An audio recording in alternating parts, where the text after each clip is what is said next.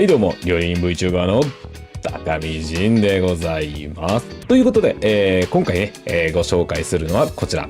はい。フォンドボライユでございますね。聞き馴染みのある言葉で、言えばチキンブイヨンというものになります。はい。で、こちらのね、チキンブイヨンなんですけども、我々プロがやるやり方をこう皆さんにね、お見せしながら、このプロとですね、一般的に作るやり方の違いですよね。特に、顕著に出るのはプロが作るフォンドボライユっていうのは、随分こうクリアなね味わいになるんですけども、どうやったらそれが出せるのかっていうような秘訣だとか、考えた、方とかですね、理論を踏まえて、皆さんにねご紹介させていただきたいなと思います。で、こちらですね、今回ご紹介するフォンドボライユなんですけども、完全に私のレシピになるんですが、1点ですねちょっと他と違うところがあります。はい。それはですね、鶏の部位の中でもみじと呼ばれる足の部分を使わせていただいております。これもね、また一つの理論がありますので、そこも踏まえてね、いろいろご説明させていただけたらなと思いますので、早速作り方の方行ってみましょう。それじゃあ皆さんのグラフィックボードの方をインフィニティにします。いきますよ。せーの。お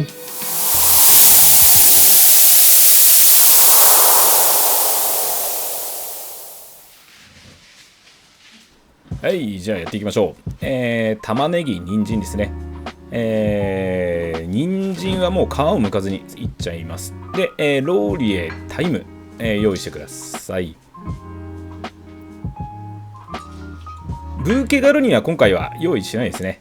で、黒胡椒、もうこれもホールのままでいきます。で、これはですね、パセリの軸ですね。で、こちらが鶏ガラですね。はい。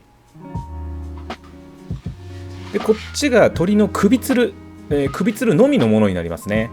これを用意してます。でこれがもみじ、ですね。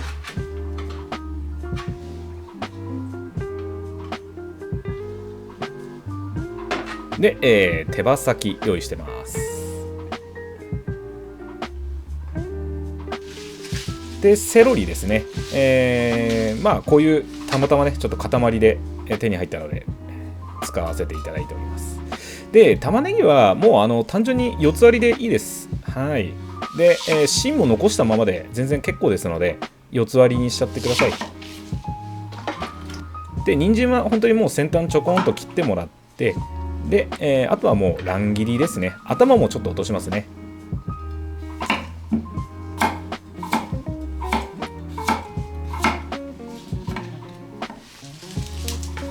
で、セロリの方は葉っぱの方をちぎってもらって、で、硬いところをねちょっと落としてもらって、であとはもうこれはざく切りで大丈夫です。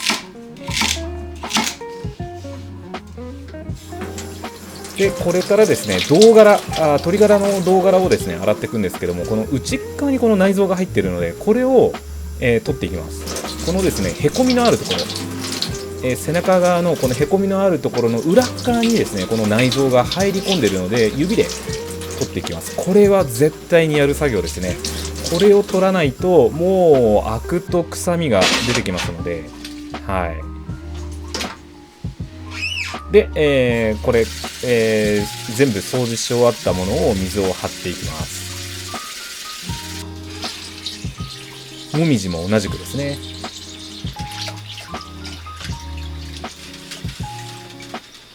で一晩冷蔵庫に寝かしたものがこれです。すごい血が出てますよね。はい。これもねちょっとちゃんと説明いたしますので、必ずこのデコルジェっていうんですけど、この作業をですねデコルジェっていうんですけども、この作業は必ずやります。これをやらないと味が相当左右しますね。で出ました、30リッターの寸胴ですね。すいませんね、まあでかいやつでねちょっと仕込むタイプなんでね。で水をたっぷり張っちゃってください。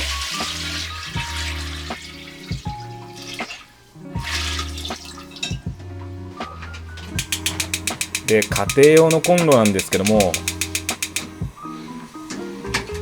ダブルでいきます。はい。まあ、でも全然ね、問題なくね、いけますんで。で、こうやってね、一発目、アクが、かなり出てきますんで、はい。デコルジェしても、これだけやっぱりね、最初にアクが出てきます。で、これをきれいに取って、で、若干ですね、ちょっと火を弱めるんですけども、まあ、その前にもうここで、野菜を入れております。ミルコアを入れて、で、パセリの軸ですね。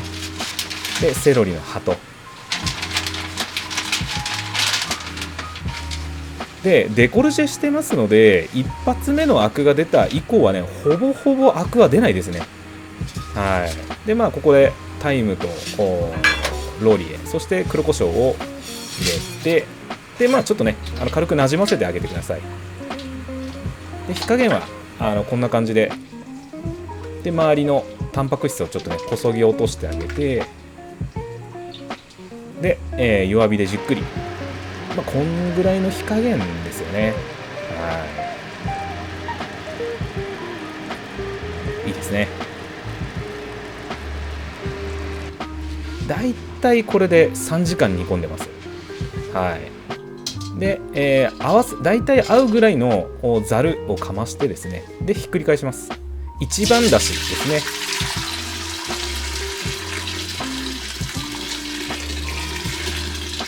綺麗ですよね。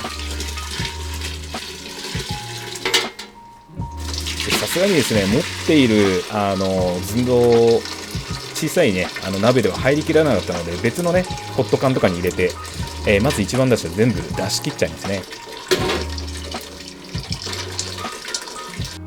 で、出し切った後大体こんな雰囲気になってると思います。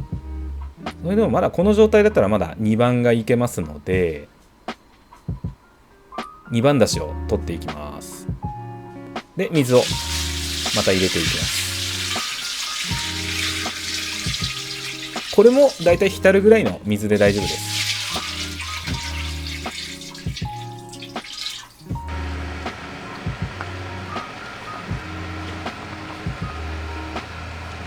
こんな感じですね。で、2番だしの方はだいたい2時間ぐらいにしてます。はい。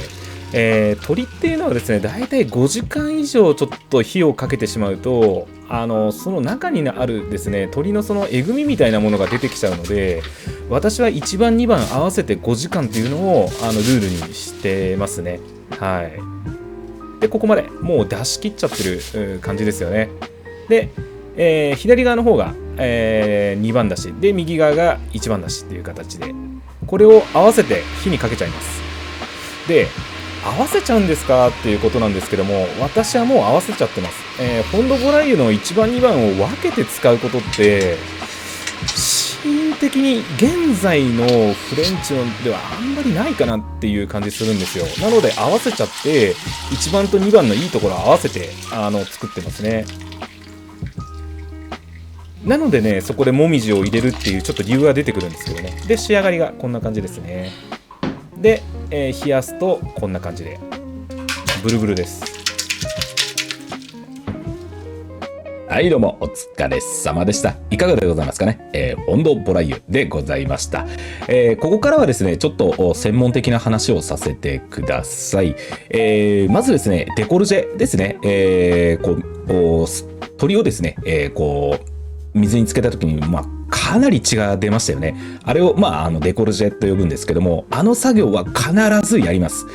なぜやるかっていうことなんですけども、臭みの原因のほとんどはこの血になります。で、この血をですね、冷水で、漬け込んで、やることで、水が骨の中に入り込んでいって、中の血を排出、水が溶かしていって、どんどん外にね、浸透圧みたいな感じで、均一化していくような感じで、血が広がっていくんですけども、これを必ずやることで、臭みをね取り除くっていう作業をするんですが、いやそんなんさもう火にかけちゃえば出てきちゃうから関係ないじゃんって思うじゃないですか。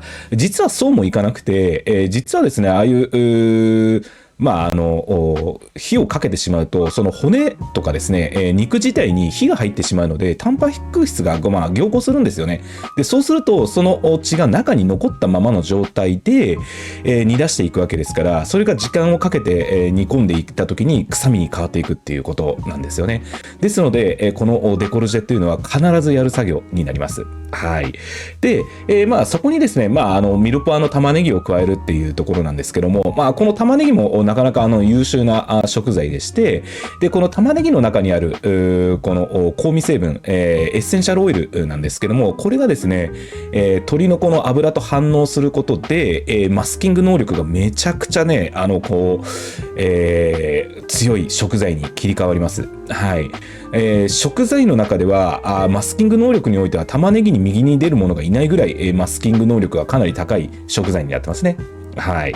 で、その玉ねぎを持っている、野菜、玉ねぎだけじゃなくても、人参だったり、このスクロースっていうこの甘みのね、成分があって、それがね、マグネシウムだとかカリウムだとかいろいろこう反応していって、この地味深いね、味わいになっていくっていうのが、この、ギミックの内容でなってきますね。で、もう一つが、もみじを使わせていただきました。はい。で、知ってる方からすると、いや、手羽先使ってるからもみじ入れなくてもいいんじゃねえかなって思われると思うんですよね。